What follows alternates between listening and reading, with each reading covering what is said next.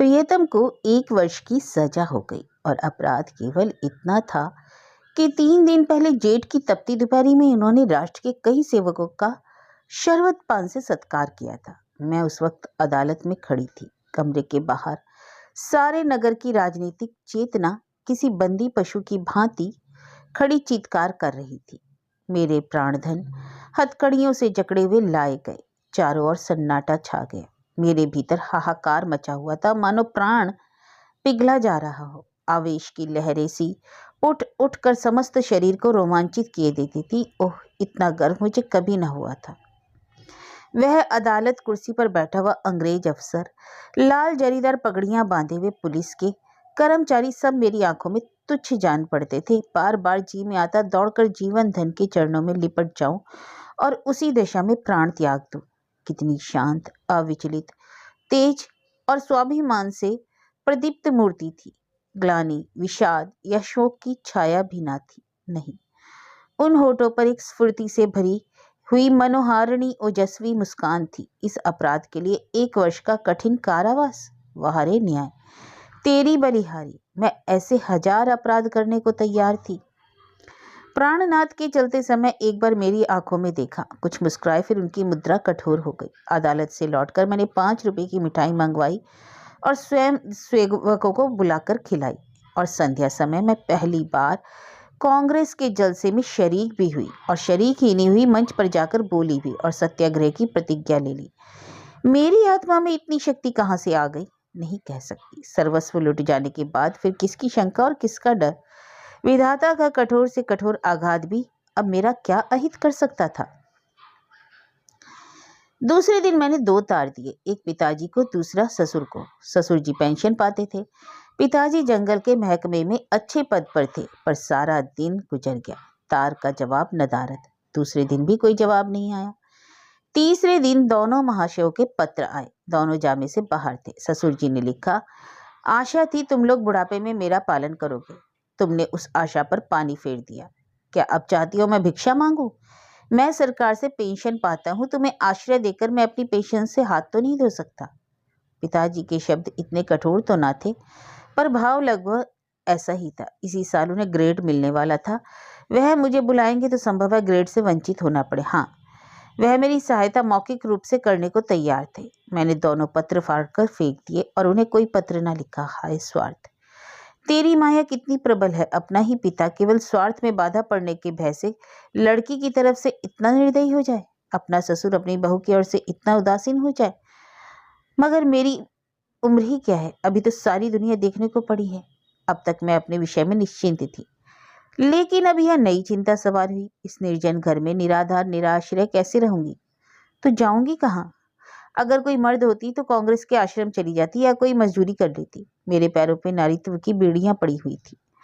अपनी रक्षा की इतनी चिंता ना थी जितनी अपने नारीत्व की रक्षा की। अपनी जान की फिक्र ना थी, पर नारीत्व की ओर तो किसी को आंख भी ना उठनी चाहिए।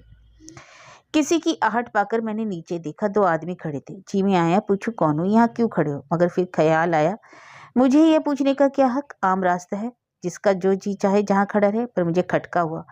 उस शंका को किसी तरह दिल से भी ना निकाल सकती थी। वह एक चिंगारी की भांति अंदर समा गई थी। गर्मी से देह फूकी जाती थी, पर मैंने कमरे का द्वार भीतर से बंद कर लिया था। घर में एक बड़ा सा चाकू था, उसे निकालकर सिरहाने रख लिया। वह शंका सामने बैठी घूरती हुई मालूम होती थी। किसी ने पुकारा। मेरे रोए खड़े हो गए। मैंने द्वार से कान लगाया, कोई मेरी कुंडी खटखटा रहा था। कलेजा धक धक करने लगा। कहीं वही दोनों बदमाश होंगे? और क्यों कुंडी खटखटा रहे हैं? मुझसे क्या काम है? मुझे झुंझलाहट हुई। मैंने द्वार खोला। छज्जे पर खड़ी होकर जोर से बोली, कौन कुंडी खटखटा रहा है? आवाज सुनकर मेरी शंका शांत हुई। कितना ढाढ़स हो गया। यह बाबू ज्ञानचंद थे। मेरे पति के मित्रों में इनसे ज्यादा सज्जन दूसरा नहीं था। मैंने नीचे जाकर द्वार खोल दिया। देखा तो एक स्त्री भी थी। वह मिसेस ज्ञानचंद थी। वह मुझसे बड़ी थी। पहले पहले मेरे घर आई थी। मैंने उनके चरण स्पर्श किए। हमारे वहाँ मित्रता मर्दों तक ही रहती है, औरतों तक नहीं जाने पाती। दोनों जने ऊपर आए। ज्ञान बाबू एक स्कूल में मास्टर हैं, बड़े ही उदार, विद्वान, निष्कपट। पर आज मुझे मालूम हुआ कि उनकी परख प्रदर्शिका उनकी स्त्री है। वह दोहरे बदन की प्रतिभाशाली महिला थी। चेहरे पर ऐसा रौब था मानो कोई रानी हो, सिर से पांव तक गहनों से लदी हुई। मुख सुंदर ना होने पर भी आकर्षक था। शायद मैं उन्हें कहीं और देखती तो मुंह फिर लेती। गर्व की सजीव प्रतिमा थी। वह बाहर जितना कठोर, भीतर से उतनी ही दयालु। घर कोई पत्र लिखा? यह प्रश्न उन्होंने कुछ हिचकते हुए किया। हाँ, लिखा था। कोई लेने आ रहा है? जी नहीं, पिताजी अपने पास रखना चाहते हैं और ना ही मेरे ससुर जी। तो फिर क्या? अभी तो यहीं पड़ी हूँ। तो मेरे घर क्यों नहीं चलती? अकेले तो इस घर में ना रहने दूंगी। खुफिया के 2 आदमी इस वक्त भी डटे हुए हैं, मैंने कहा। मैं पहले ही समझ गई थी दोनों खुफिया के आदमी होंगे। ज्ञान बाबू ने पत्नी की ओर देखकर मानो उसकी आज्ञा से कहा, तो मैं जाकर तांगा लाऊं? देवी जी ने इस तरह देखा मानो कह रहे हो कि अभी भी तुम यहीं खड़े हो। साहब चुपके से द्वार की ओर चले। ठहरो, देवी जी बोली, कै तांगे लाओगे? कै? मास्टर साहब घबरा गए। हाँ, कै। एक तांगे पर 3 सवारियां ही बैठेंगी। संदूक, बिछावन, बर्तन, भांडे क्या मेरे सिर पर जाएंगे? तो 2 लेता आऊंगा। मास्टर साहब डरते डरते बोले, एक तांगे में कितना सामान भर दोगे?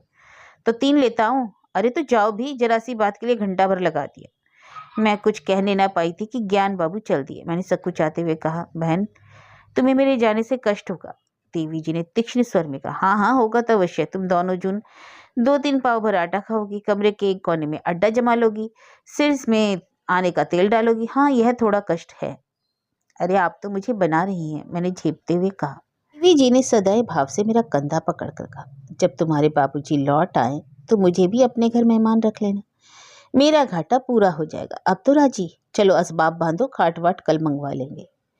मैंने ऐसी सदैव उदार मीठी बातें करने वाली स्त्री नहीं देखी। मैं उनकी छोटी बहन होती तो भी शायद इससे अच्छी तरह न रखती। चिंता या क्रोध को तो जैसे उन्होंने जीत लिया। सदैव उनके मुख पर मधुर विनोद खेला करता था। कोई लड़का बाला ना था, पर मैंने उन्हें कभी दुखी नहीं देखा। ऊपर के काम के लिए लौंडा रख लिया था, भीतर का सारा काम खुद करती। इतना कम खाकर और इतनी मेहनत करके वह कैसे इतनी हष्टपुष्ट रह सकती थी, कह नहीं सकती। विश्राम तो जैसे उनके भाग्य में ही नहीं लिखा था। जेठ की दोपहरी में भी ना लेटती थी। हाँ, मुझे कुछ ना करने देती। उस पर जब देखो कुछ खिलाने को सिर पर सवार। मुझे यहाँ बस यही एक तकलीफ थी। मगर 8 ही दिन गुजरे थे कि एक दिन मैंने उन्हीं दोनों खूफियों को नीचे बैठे देखा। मेरा माथा ठनका। ये अभागे यहाँ भी मेरे पीछे पड़े हैं। मैंने तुरंत बहन जी से कहा, वे दोनों बदमाश यहाँ भी मंडरा रहे हैं। उन्होंने हिकारत से कहा, कुत्ते हैं, फिरने दो। मैं चिंतित होकर बोली, कोई स्वांग ना खड़ा करे। उसी बेपरवाही से बोली, भौंकने से के सिवा और क्या कर सकते हैं? काट भी तो सकते हैं, मैंने कहा। हंसकर बोली, इसके डर से कोई भाग तो नहीं जाता ना? मगर मेरी दाल में मक्खी पड़ गई। बार बार छज्जे पर जाकर उन्हें टहलते देख आती। यह सब मेरे पीछे पड़े हुए हैं। आखिर मैं नौकरशाही का क्या बिगाड़ सकती हूँ? मेरी सामर्थ्य ही क्या है? क्या यह सब इस तरह से मुझे यहाँ से भी भगाने पर तुले हैं? इससे उन्हें क्या मिलेगा? यही तो कि मैं मारी मारी फिरूं। कितनी नीची तबीयत है। 1 हफ्ता और गुजर गया। खुफिया ने पिंड न छोड़ा और मेरे प्राण सूखते जाते थे। ऐसी दशा में यहाँ रहना मुझे अनुचित मालूम होता था, पर देवी जी से कुछ ना कह सकती थी। एक दिन शाम को ज्ञान बाबू आए तो घबराए हुए थे। मैं बरामदे में थी, परवल छील रही थी। ज्ञान बाबू ने कमरे में जाकर देवी जी को इशारे से बुलाया। देवी जी ने बैठे बैठे कहा, अरे पहले कपड़े वपड़े उतारो, मुंह हाथ धो, कुछ खाओ, फिर जो कहना हो कह देना। पर ज्ञान बाबू को धैर्य कहाँ। पेट में बात की गंध तक न पचती थी। आग्रह से बुलाया, अरे तुमसे उठा नहीं जाता, मेरी जान आफत में है। तो कहते क्यों नहीं, क्या कहना है? देवी जी ने बैठे बैठे कहा, पर यहाँ तो आओ। क्या यहाँ कोई और बैठा हुआ है? मैं वहां से चली तो बहन ने मेरा हाथ पकड़ लिया। मैं जोर करने पर भी न छुड़ा सकी। ज्ञान बाबू मेरे सामने न कहना चाहते थे, पर इतना भी सब्र नहीं था कि जरा देर रुक जाते। बोले, प्रिंसिपल से मेरी लड़ाई हो गई। देवी ने बनावटी गंभीरता से कहा, सच? तुमने उसे खूब पीटा ना? तुम्हें दिल लगी सुस्ती है या नौकरी जा रही है? जब यह डर था तो लड़े क्यों? मैं थोड़े ही लड़ा, उसी ने मुझे बुलाकर डांटा। बेकसूर? अब तुमसे क्या कहूँ? फिर वही पर्दा। मैं कह चुकी ना, ये मेरी बहन है, मैं इससे कोई पर्दा नहीं रखना चाहती। और जो इन्हीं के बारे में कोई बात हो? देवी जी ने जैसे पहेली पूछकर कहा, अच्छा समझ गई, कुछ खुफिया का झगड़ा होगा। पुलिस ने तुम्हारे प्रिंसिपल से शिकायत की होगी। ज्ञान बाबू ने इतनी आसानी से अपनी पहेली का बूझा जाना स्वीकार न किया। बोले, पुलिस ने प्रिंसिपल से नहीं, हाकिम जिला से कहा। उसने प्रिंसिपल को बुलाकर मुझसे जवाब तलब करने का हुक्म दिया। देवी ने अंदाज से कहा, समझ गई, प्रिंसिपल ने तुम्हें कहा होगा कि उस स्त्री को घर से निकाल दो। हाँ, यही समझ लो।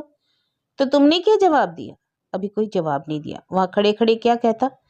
देवी जी ने उन्हें आड़े हाथों लिया। जिस प्रश्न का एक ही जवाब है उसमें सोच विचार कैसा? ज्ञान बाबू सिर पिटाकर बोले, लेकिन कुछ सोचना तो जरूरी था। देवी जी की त्योरियां बदल गई। आज मैंने पहली बार उनका यह रूप देखा। बोली, तुम उस प्रिंसिपल से जाकर कह दो मैं उसे किसी तरह नहीं छोड़ सकता, और ना माने तो इस्तीफा दे दो। अभी जाओ, लौट कर हाथ मुंह धोना। मैंने रोक कर कहा, बहन मेरे लिए। देवी ने डांट बताई, तुम चुप रह नहीं सकती, कान पकड़ लूंगी। तू क्यों बीच में कूदती है? रहेंगे तो साथ रहेंगे, मरेंगे तो साथ मरेंगे। इस मर्दुए को मैं क्या कहूँ? आधी उम्र बीत गई और बात ना करना आया। अरे खड़े खड़े क्या सोच रहे हो? तुम्हें डर लगता है तो मैं जाकर कह आऊं? ज्ञान बाबू खिसियाकर बोले, तो कल कह दूंगा, इस वक्त कहाँ होगा कौन जाने। रात भर मुझे नींद नहीं आई। बाप और ससुर जिसका मुंह नहीं देखना चाहते, उसका यह आदर, रहा कि भिखारिन का यह सम्मान। देवी तो सचमुच देवी है। दूसरे दिन ज्ञान बाबू चले तो देवी ने फिर कहा, फैसला करके आना, यह ना हो कि फिर सोचकर जवाब देने की जरूरत पड़े। ज्ञान बाबू के चले जाने के बाद मैंने कहा, तुम मेरे साथ बड़ा अन्याय कर रही हो बहन जी। मैं यह कभी नहीं देख सकती कि मेरे कारण तुम्हें यह विपत्ति झेलनी पड़े। देवी ने हास्य भाव से कहा, कह चुकी ना, या कुछ और कहना है? नहीं, कह चुकी, मगर अभी बहुत कुछ कहूंगी। अच्छा बता, तेरे प्रियतम क्यों जेल गए? इसलिए ना कि स्वयं सेवकों का सत्कार किया था। और ये स्वयं सेवक कौन है? ये हमारी सेना के वीर हैं जो हमारी लड़ाइयाँ लड़ रहे हैं। स्वयं सेवकों के भी तो बाल बच्चे होंगे, माँ बाप होंगे, वह भी तो कोई कारोबार करते होंगे। पर देश की लड़ाई लड़ने के लिए उन्होंने जब सब कुछ त्याग दिया, ऐसे वीरों का सत्कार करने के लिए जो आदमी जेल में डाल दिया जाए, उसकी स्त्री के दर्शनों से आत्मा पवित्र होती है। मैं तुझ पर एहसान नहीं कर रही हूँ, तू मुझ पर एहसान कर रही है। मैं इस दया सागर में डुबकियां खाने लगी। बोलती क्या? शाम को जब ज्ञान बाबू लौटे तो उनके मुख पर विजय का आनंद था। देवी ने पूछा, हार की जीत? ज्ञान बाबू ने अकड़ कर कहा, जीत। मैंने इस्तीफा दे दिया तो चक्कर में आ गया। उसी वक्त हाकिम जिला के पास गया। वहां ना जाने मोटर पर बैठकर दोनों में क्या बात हुई, लौटकर मुझसे बोला, आप पॉलिटिकल जलसों में तो नहीं जाते? मैंने कहा, भूल कर भी नहीं। कांग्रेस के मेंबर तो नहीं? मैंने कहा, मेंबर क्या, मेंबर का दोस्त भी नहीं हूँ। और कांग्रेस फंड में चंदा तो नहीं देते? कानी कौड़ी भी नहीं देता। मैंने कहा, तो हमें आपसे कुछ नहीं कहना, मैं आपका इस्तीफा वापस करता हूँ। देवी जी ने मुझे गले से लगा लिया।